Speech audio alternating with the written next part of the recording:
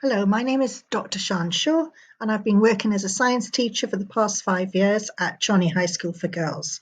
I've also been working as an EdTech demonstrator since September 2020. In this video today, I'd like to talk a little bit about Rosenshine's principles of instruction. There are 10 research-based principles of instruction, and these principles come from 3 sources. Firstly, research into cognitive science. And this research focused on how our brains acquire and use information. And this cognitive research also provided suggestions on how we might overcome the limitations of our working memory when learning new material. Secondly, research on master teachers. So master teachers are those teachers whose classrooms made the highest gains on achievement tests. So by studying what they did and what things they did in order for their students to become successful, gave the ideas behind the Rosenshine's principles of instructions. And finally, research on cognitive supports to help students learn complex tasks. So effective instructional procedures, such as thinking aloud, providing students with scaffolds, and providing students with models, come from this research. So on this slide, you can see the 10 principles of Rosenshine's instruction, and I won't be focusing on all 10 today. So today I'd like to focus on the one that's highlighted with the yellow arrow, which is principle number 5, which is guiding student practice.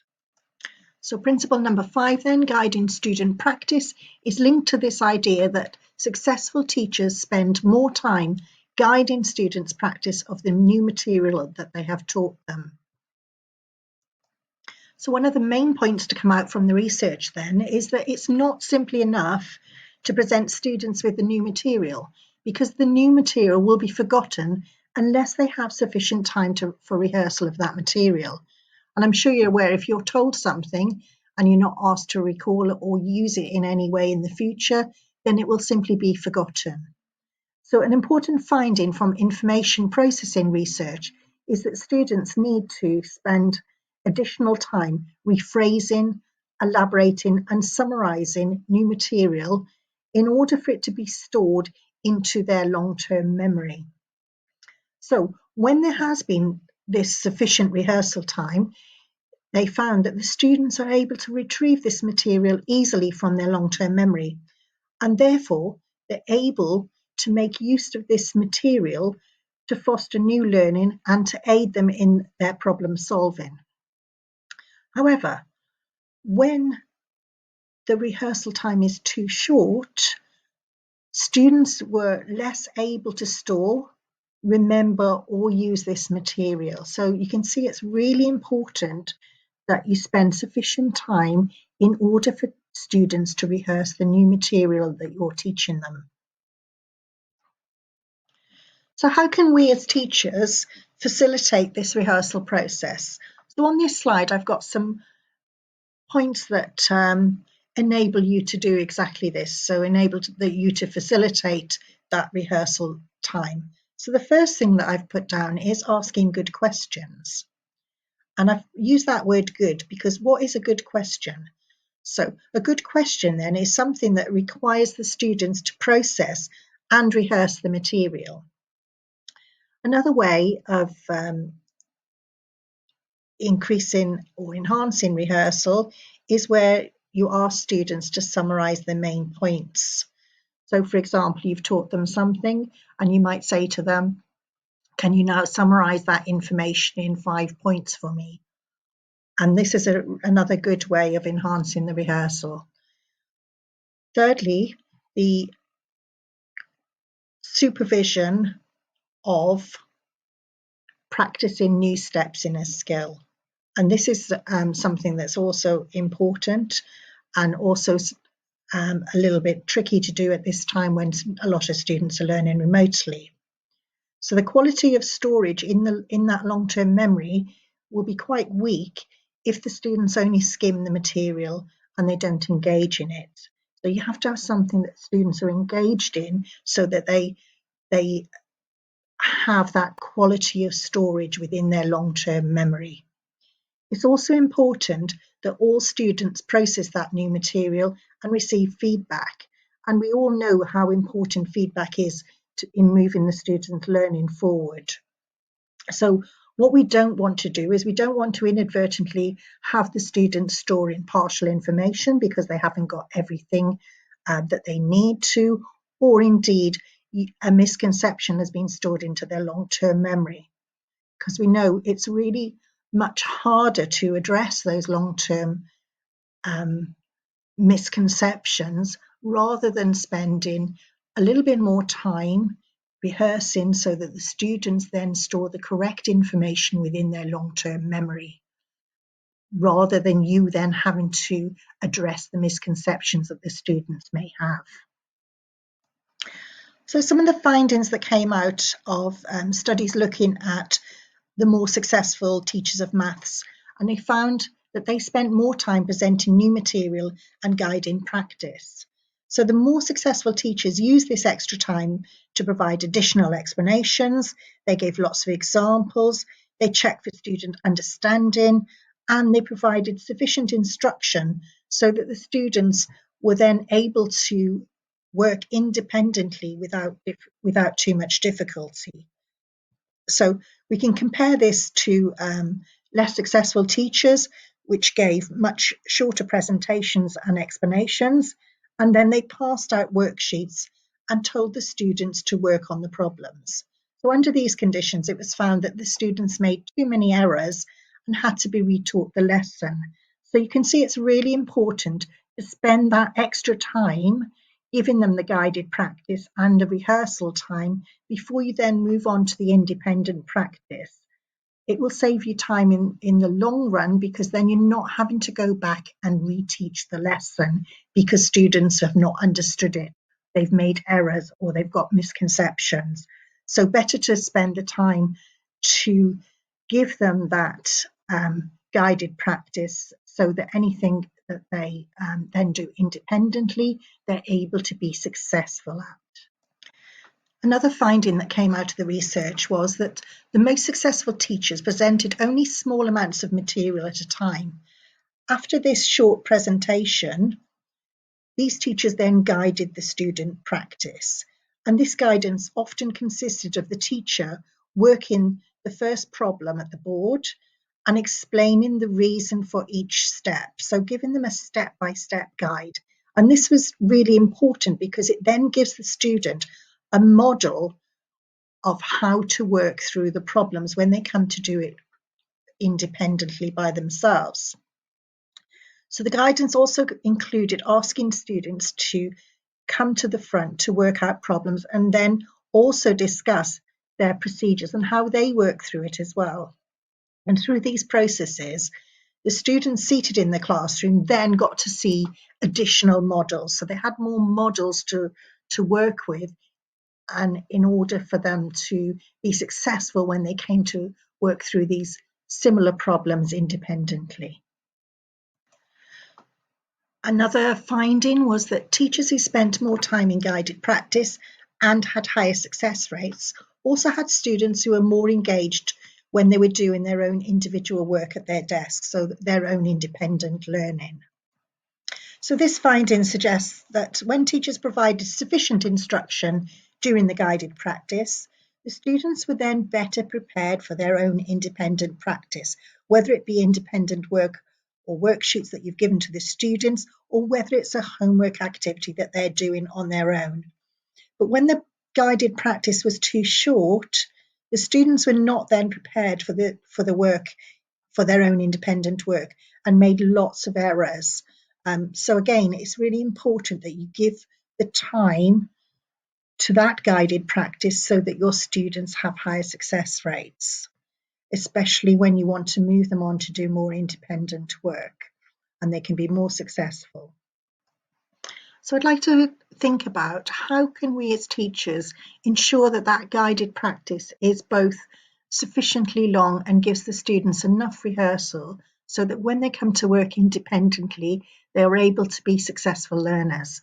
One of the things that I've been using during remote learning is audio presentations along with my visual aids. So the visual aids I've been using Google Slides that I set for the students, and I've used Mote to provide an audio for those students as well. And this has been absolutely amazing. The feedback from the students has been so good. It enables me to talk through the thought process of the learning for the students. So whether that be an equation or something like that, then I'm able to give an audio instruction. And very often students find audio instructions much easier to listen to if they're able to do that along with the visual aid.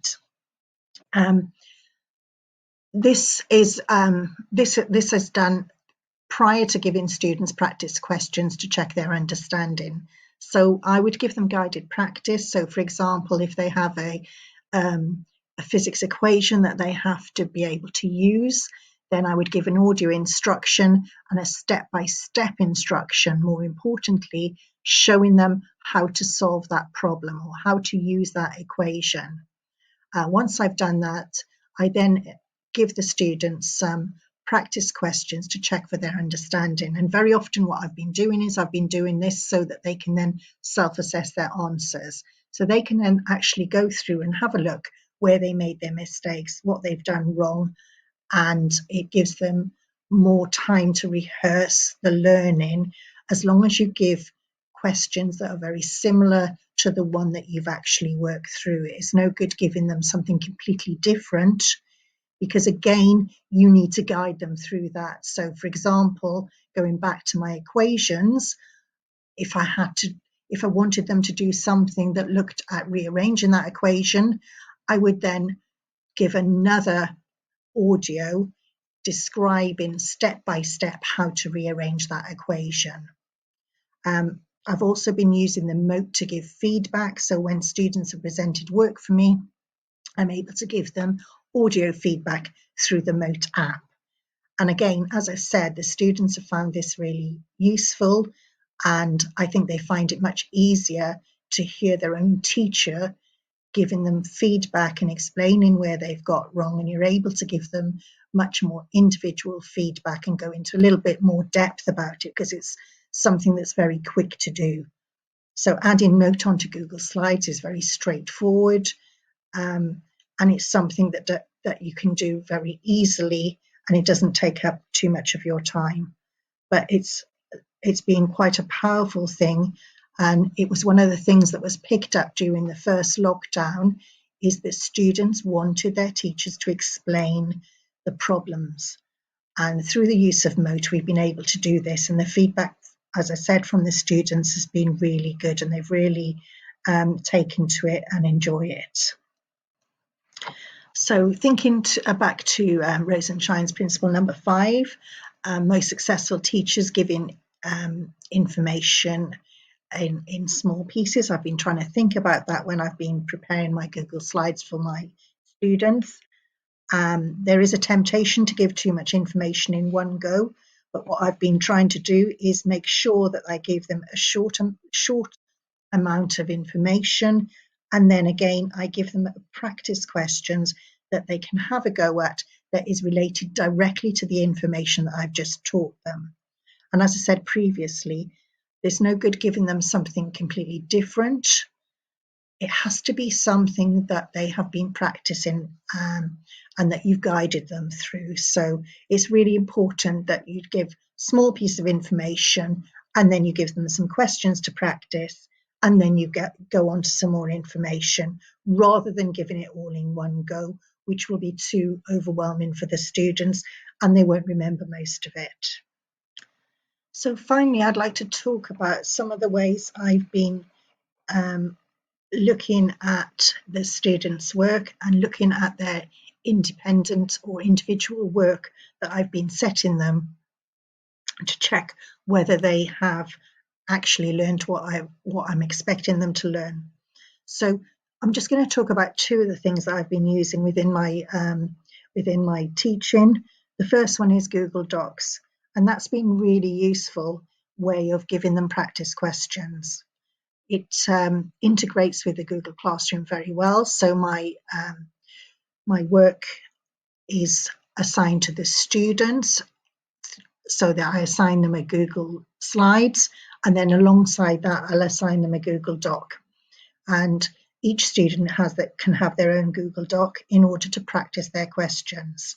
So as I said previously, the questions have to be related to the learning that has gone on during the lesson. I said it's no good giving them something that's completely different. They then work their way through these questions, and then they resubmit it to the Google document, and then I'm able to look at it and check the student's understanding. Again, I'm able to give feedback, as I said previously, using the Mote app. And also what it enables me to look at is whether the majority of students have understood all of the questions, whether there's certain questions I need to go through again. And this gives me a good way of informing my planning for the next lesson. So if every student has got a particular question wrong, then I know that I have to go through that again. Maybe it's a particularly difficult part of the topic, or maybe I just didn't give them enough or good enough instructions. And then so I would work through that as a starter activity through my next lesson. So finally, I've also been using quizzes, which is a really great platform for checking students' understanding. And I've been using this for most of my lessons. The students are really engaged in it. They really love it, but it also gives me a wealth of information. So the questions, I design the questions so they check the students' understanding. You can find lots of ready-made quizzes already done, but what I've been making sure of is that actually the questions I'm asking are the questions that are related to the learning that's gone on within that lesson. There isn't anything that's outside of their learning. So again, this gives them the independent practice that they need from the learning that's taken place. Students get instant feedback, so they're able to see which questions they got correct, which questions they got incorrect. And very often I set it so that they can have multiple goes at the quiz. And again, that gives them more practice. So as a teacher, I also get a wealth of information back from these quizzes. So I can see question by question analysis. I can see which students were struggling. I can see which questions they struggled on. So for example, if everybody got a certain question wrong, then I know that then I have to go back and reteach that part of the lesson. So Google quizzes, has been really good, and it's a really good way of getting the students to practice what you've taught them. I hope you found this useful, and thank you very much. Thank you for listening. And if you're not aware of Rosenshine's principles of instruction, I would suggest that you go away and read it. It's very useful, and it will give you good ideas of how to incorporate some of these principles within your teaching. And I'm sure that incorporating these principles within your own teaching will enable your teaching to be more successful and for your students to be more successful. Thank you for listening. Bye.